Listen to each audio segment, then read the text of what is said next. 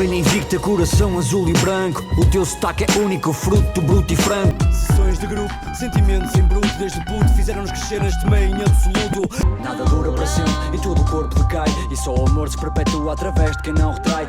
Super lirical, sempre tenso e complexo. Eis a chave da saída e não a chave do sucesso.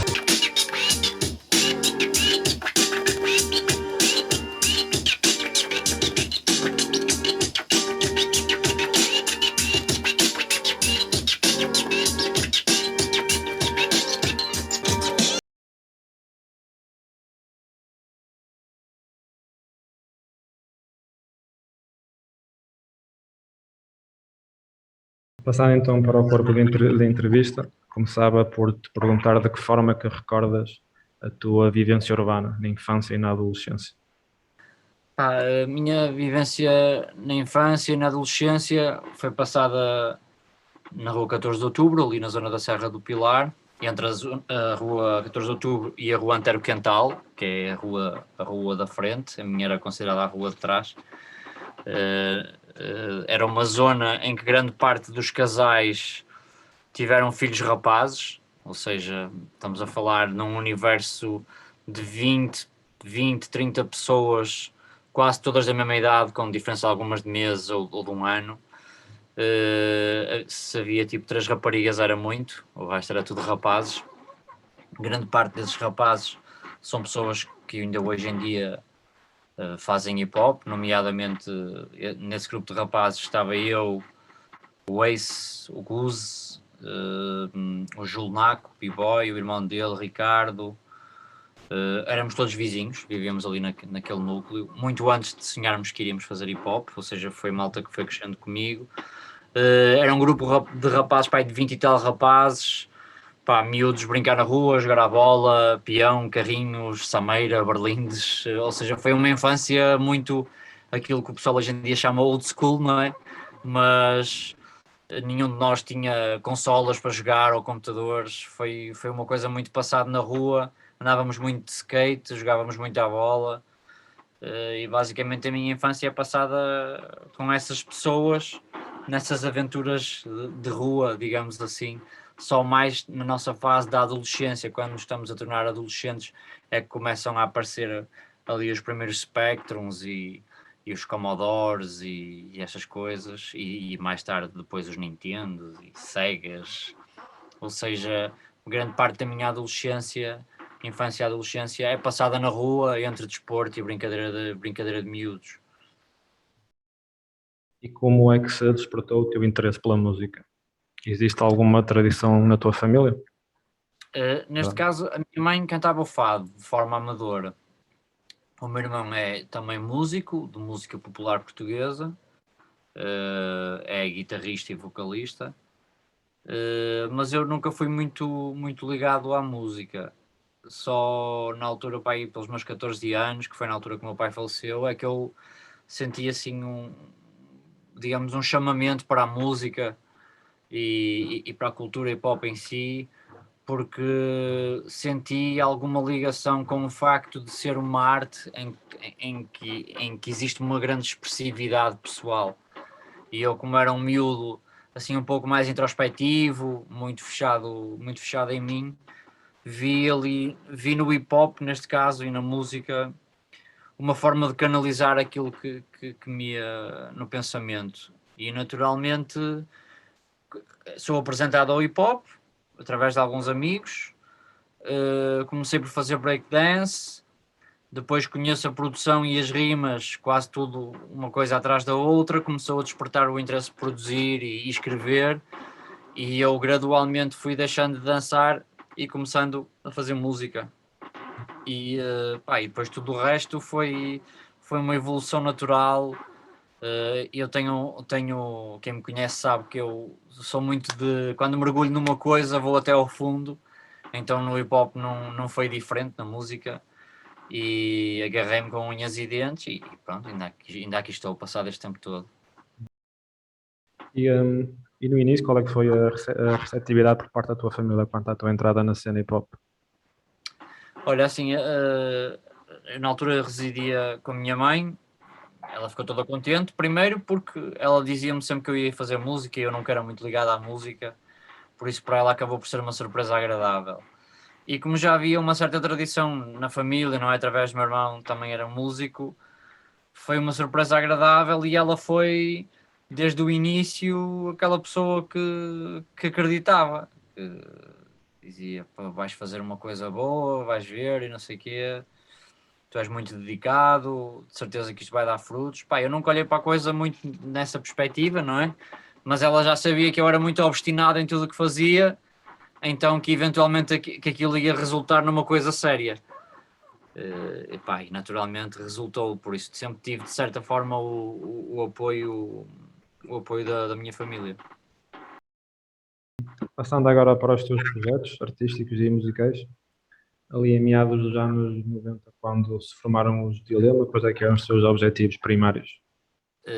Nós não tínhamos objetivos, o objetivo era reunirmos e fazermos aquilo que gostávamos mais, que era hip hop, basicamente. Não tínhamos um objetivo de criar um grupo, por exemplo, foi uma coisa natural, vinhamos de dois grupos diferentes, ensaiávamos muito uns com os outros e naturalmente criámos um grupo, achámos que fazia sentido estarmos todos juntos, mas não tínhamos tipo aqueles objetivos que muitas bandas têm: "Ei, vamos fazer um álbum e começar a arranjar concertos." Isso foi uma coisa natural, estás a ver? Tipo, quando começamos a gravar as nossas músicas, eu sempre fui aquilo que se chama de um hustler, sempre fui uma pessoa que se fez à vida.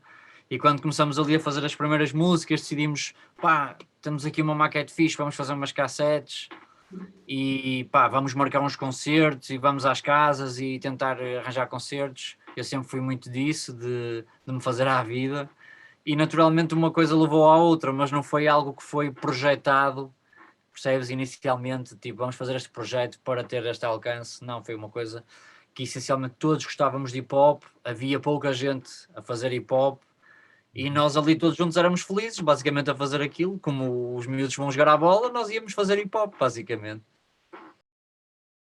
Quais é que foram os principais desafios no início quanto à produção artística? Inicialmente, como qualquer banda que começa, era os meios. Nós não tínhamos muitos meios, os meios que haviam disponíveis não eram propriamente baratos. Na altura, ainda éramos jovens a estudar, não tínhamos poder financeiro, ou seja, poder de compra para adquirir aquilo que queríamos. Ainda não havia muitas casas a quererem abrir as portas ao hip hop, para tu poderes dar concertos e dar a conhecer a tua música. Esses, se calhar, foram no início as principais adversidades que hoje em dia, se fores a pensar bem, já nem existem, porque gravar em casa é super fácil, basta ter um PC, não é? Hoje em dia quase toda a gente tem um PC, quase todas as casas passam hip hop, até nem que seja na escola, consegues arranjar um concerto. Por isso essas pequenas dificuldades que nós tínhamos hoje em dia acabam, que para nós eram grandes, hoje em dia acabam por ser pequenas dificuldades, digamos assim. E quando é que te apercebeste que estava a começar a surgir uma carreira artística consolidada? Se calhar nós já tínhamos noção que tínhamos uma base de seguidores, de pessoal que ouvia as nossas músicas, e até já fora da nossa cidade e já até pelo resto do país. Mas ali em 2003, quando nós fazemos o primeiro álbum de estúdio dos Dilema, percebemos que estava na altura de nos profissionalizarmos, digamos assim. E então até em conjunto tomamos uma decisão, que é: se vamos fazer um álbum a sério, com uma editora e uma coisa em grande e arranjar um agente para nos arranjar concertos, pá, não, vamos ter que, como é que se diz, dar o salto, o chamado salto de confiança, que é, pá, tu estás a trabalhar, pá, vamos toda a gente abdicar dos nossos trabalhos e investir o nosso tempo todo nisto, porque se não investirmos nesta idade, não vai ser mais tarde. Então nessa altura decidimos todos abandonar o que estávamos a fazer e focarmos profissionalmente nos Dilema, para que o projeto tivesse força para andar e tivéssemos focados todos no mesmo sítio. Foi por isso um investimento feito da nossa parte e do nosso tempo, foi um investimento profissional. E em que contexto é que surgiu a tua carreira solo? É assim, quase todas as coisas que nós fazíamos de Dilema eram feitas em minha casa e eu, pronto, como fui fazendo um investimento de material, sempre que podia, juntava dinheiro e ia comprando coisas com o dinheiro do trabalho que tinha e então basicamente fazia tudo e produzia, gravava, tinha o material em casa, não é, no meu quarto, mas na verdade eu já o tinha lá desde o fim dos anos 90. Já o podia ter feito, mas só decidi fazer em 2006, quando já me sentia maduro e experimentado o suficiente para fazer um disco a nome próprio.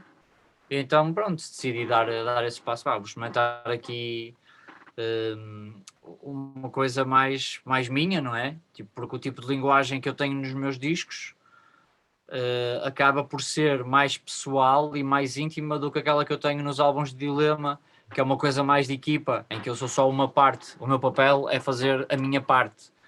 E num papel de um álbum a solo, tu fazes a parte toda, tu és o foco da coisa, não é? E a responsabilidade é outra. E pronto, em 2006 achei por vontade e por uma certa curiosidade de fazer um trabalho a solo e fiz naturalmente. Mas já o podia ter feito antes, mas achei que aquela era a melhor altura. E passando agora para o impacto na música, como é que tu medes a importância entre o som e a letra no hip hop? Pá, para mim que sou produtor e escritor, acaba por ser 50-50, porque o ritmo inspira-te de uma forma que te leva a viajar através de sons, não é? A palavra leva-te a viajar, mas também tem um impacto profundo na alma, é diferente, não é? O ritmo leva-te a viajar e faz-te balançar o corpo. As palavras levam-te a viajar e fazem-te balançar a mente. É uma coisa são coisas distintas. Mas para mim, pessoalmente, é 50-50. Eu vejo a coisa. Há dias que eu tiro só para produzir, há dias que eu tiro só para escrever. Tento nunca fazer as duas coisas no mesmo dia, porque acho que não, não estou na mesma zona, percebes? Tens de estar em zonas diferentes para. Quando as duas coisas se juntam, aí tu vais fazer a performance ao vivo e estás nessa zona em que as duas coisas se juntam. Mas para criar em estúdio convém ter dias distintos. Hoje é para escrever, amanhã é para produzir. Mas para mim é 50-50. Acho que é importante as duas coisas. Porque se a palavra só dita também tem impacto, mas sem o ritmo não tem o mesmo impacto, percebes? Tipo, a maneira como os jovens vão absorver, ou as pessoas mais velhas, com o ritmo, entra-te de uma forma mais suave e mais interessante. E após o sucesso artístico e a maturidade, sentes que os temas abordados nas letras mudaram? Eu sinto que os temas vão mudando à medida que tu vais crescendo e vais aprendendo coisas, porque o pensamento que tu tens quando tens 18 anos não é o mesmo que tu tens quando tens 30. As responsabilidades que tens quando vives em casa dos teus pais e as responsabilidades que tens quando vives fora de casa dos teus pais são diferentes. A forma de olhar o mundo torna-se diferente, a forma de olhares para ti, a forma de olhares os outros. Por isso, é normal e ainda bem que cada artista vai evoluindo dentro de si próprio e que se note como ouvinte, tu ouvires e dizeres: este artista está a evoluir na vida e está a começar a ver as coisas de uma outra perspectiva mais madura. Por isso acho super normal. Estranho seria se ficássemos sempre na mesma zona e no mesmo sítio e não evoluíssemos, não é? Não saíssemos da cepa torta. Mas quando estás a crescer, existe ali um cunho de rebeldia e explosividade e adrenalina, mas às vezes não é bem direcionada. E tu, com os anos, vais aprendendo a condensar essa rebeldia e essa explosividade, mas torná-la mais assertiva e direcioná-la na direção que tu queres mesmo. E isso vai-se notando com os anos. É por isso que quando ouves um MC mais novo é mais explosivo e não sei o quê, mas às vezes é tipo o chamado rebelde sem causa, não é? E de repente o rebelde sem causa encontra a sua causa e torna-se um rebelde com causa, mas mais assertivo. E as pessoas tendem a ouvir-te já de outra forma e pensar: esta pessoa tem algo a dizer. Não é só um conjunto de jovens que estão para aqui a dizer a contestar um número de coisas, mas não apresentam soluções. E tu vais aprendendo com o tempo que quando fazes uma observação ou uma crítica, convém estar anexada uma opção a seguir, ou seja, uma saída. Não é só dizer o governo não vale nada e não teres ideias para melhorar, não é? Porque dizer que alguma coisa não vale nada é fácil, mas ter soluções para esse problema já é mais difícil e já não está ao alcance de todos. E achas que é importante o hip hop carregar mensagens políticas? E porquê? Sim, eu acho importante que o hip hop beba de um pouco de tudo. Não vejo, por exemplo, às vezes o pessoal diz que música de intervenção é uma cena contestatária e não sei o quê. Eu não acho. Eu acho que música de intervenção pode ser muito mais do que isso. Eu posso fazer uma música que fala sobre uma experiência pessoal de eu ter perdido alguém, não é?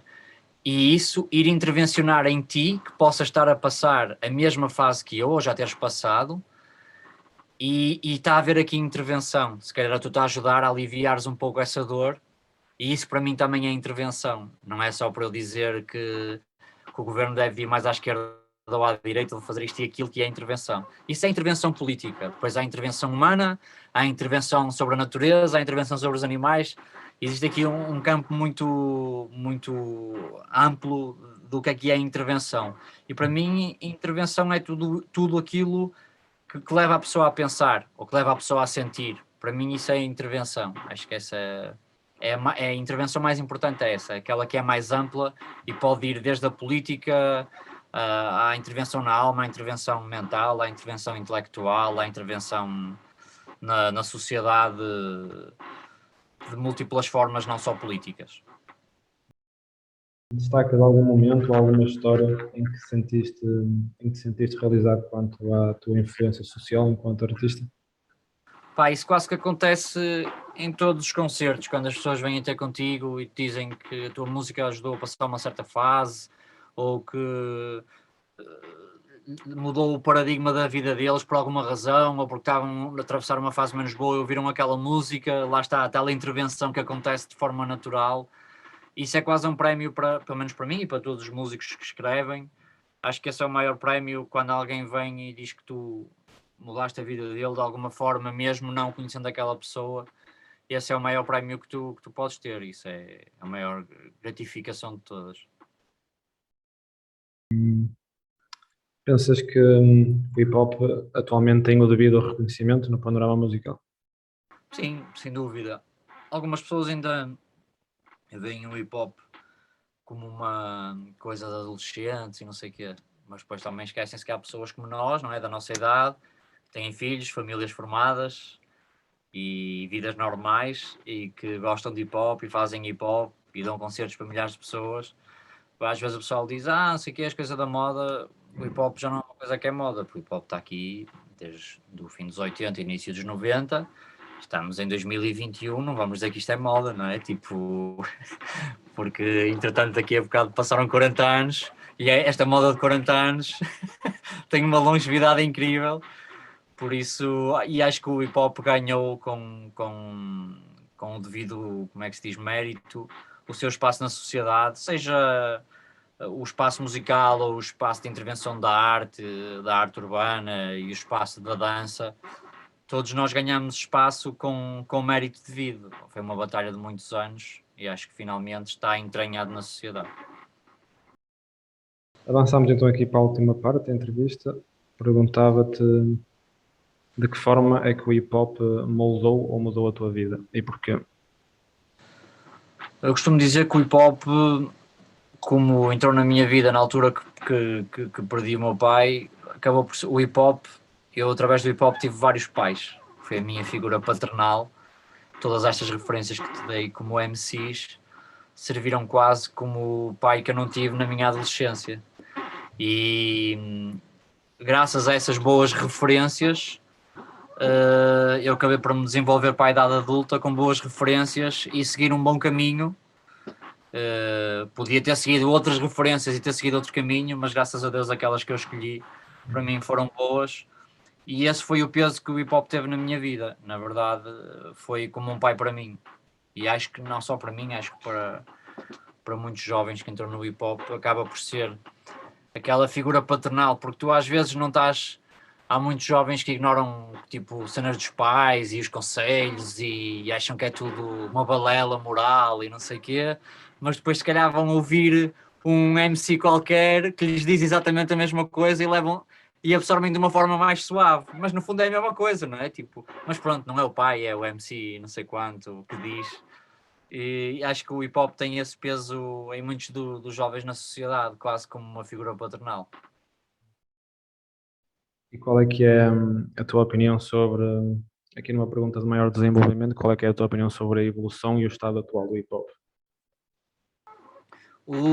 A evolução do hip hop, nós começamos numa fase em que não tínhamos grandes meios, não é? Tivemos que escavar fundo e trilhar caminhos e abrir portas e tornar o hip hop válido aos olhos da sociedade, aos olhos dos festivais, aos olhos dos pais, aos olhos de muita gente. Entretanto, trilhou-se um caminho onde é possível, hoje em dia, há um jovem que apareça em pouco tempo ter um calendário de concertos, não é? Se tiver um bom projeto e de poder fazer uma carreira no hip hop. Isso é uma grande diferença do antigamente para o de hoje em dia, porque tu começavas a fazer hip hop e teres uma carreira é uma coisa lá muito longe ou quase inexistente, e hoje em dia há muitos jovens que já começam a pensar nisso, e como seria se eu fizesse o meu projeto de hip hop, se calhar ia poder tocar naquele festival, ou ter X concertos e não sei o quê. As pessoas já vêm dessa forma, nós não víamos dessa forma, não é? Tipo, existe esse pequeno paradigma que é uma pequena grande diferença, que pode-te levar ou não a apaixonar profundamente por isto, porque nós somos uns românticos do hip hop, não é? Tipo, o hip hop não dava nada a ninguém, mas nós vivíamos apaixonados por ele, como se fosse a mulher da nossa vida. E os miúdos hoje em dia podem gostar da música, mas também não descuram essa parte, muito porque vivemos numa sociedade onde conta muito a imagem e o aparecer nas redes sociais e ser falado, ter um hype e não sei o quê. Nós nunca demos muito interesse a isso, muito honestamente acho que não continuamos a dar, mas essa é uma das grandes diferenças de antigamente para hoje. Todo esse conjunto de fatores que depois faz toda a diferença. Mas o Estado, no geral, é muito bom, porque, como é óbvio, se nós trabalhamos para desbravar caminho, o caminho que está aberto é porque o trabalho foi bem feito e as coisas têm é que andar para a frente e o hip hop a caminhar como está só pode trazer bons resultados. E pensas que o hip hop também pode ter uma influência negativa? Sim, não, quer dizer, já me fizeram várias vezes essa pergunta e eu digo sempre a mesma coisa, que é a escola também pode ser uma influência negativa, a polícia também pode ser uma influência negativa, o governo também pode ser uma influência negativa. Todas as coisas têm um ponto positivo e um ponto negativo, não é? É assim que se equilibra o universo. E o hip hop não é diferente, é igual a todas as outras coisas. A influência negativa, por exemplo, no hip hop há muita gente que pratica ou que prega a ostentação e estas coisas todas, não é? E o luxo, a vida extravagante e não sei o quê. Mas isso é como tudo. Em todas as áreas existe sempre um ponto negativo. A que cabe a ti, como ser humano, fazer essa filtragem, não é? E teres o teu autoconhecimento para perceberes o que é bom para ti e o que é que tu queres ou não queres. Atualmente, através de todas as modalidades que constituem o hip hop, achas que constituem uma boa arma para lutar pela inclusão e edificação de jovens? Sim, sem dúvida. Essencialmente o que o hip hop ensina é teres autodisciplina.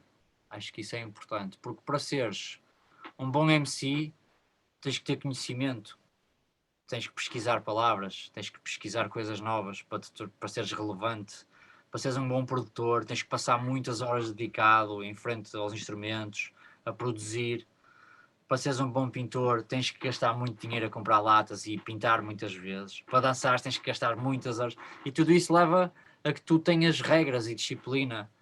E isso só pode ser positivo a uma pessoa, porque depois tu transportas isso para todas as outras coisas na vida, não é? Por isso o hip hop, sem dúvida, que pode ajudar no geral todos os jovens nessa inclusão social, porque te dá ferramentas que depois podes usar noutras coisas. E às vezes o pessoal pensa, este pessoal do rap e tal, não aqui. Mas não, é preciso muitas horas e muita dedicação para atingires um nível que te diferencie dos outros.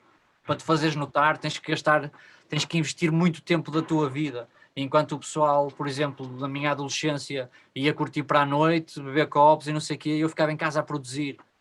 E passado 10 anos encontram-me e dizem, mano, tu é que fizeste bem. Tipo, estavas em casa, investiste, agora tu estás a tocar em grandes palcos e nós estamos a ir ali fazer uma cena que nós não gostamos.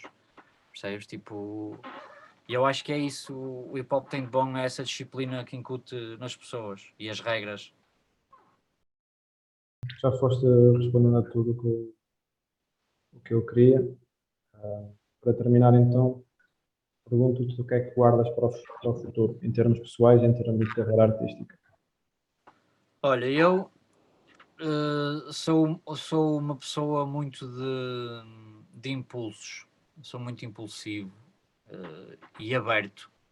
Ou seja, eu gosto muito de hip hop, vou fazê-lo toda a vida, evidentemente, porque é uma coisa que eu gosto mesmo muito e vai morrer comigo, essencialmente. Mas eu sou muito de fazer o que me apetece, sabes? Estou numa idade que é a idade de experimentar tudo, o que for. Se eu amanhã me der na telha quero ser cozinheiro, eu vou ser cozinheiro, percebes? Tipo, não sou aquela pessoa unidimensional. Eu gosto de ser multidimensional, gosto de ser aberto a tudo, gosto muito de fazer desporto, gosto muito de andar de moto, gosto muito de viajar, gosto muito de comer, gosto de fazer um monte de coisas, não é? Então, tipo, é viver um dia de cada vez e aproveitar as oportunidades que a vida me der. Basicamente é isso. Nunca faço muitos.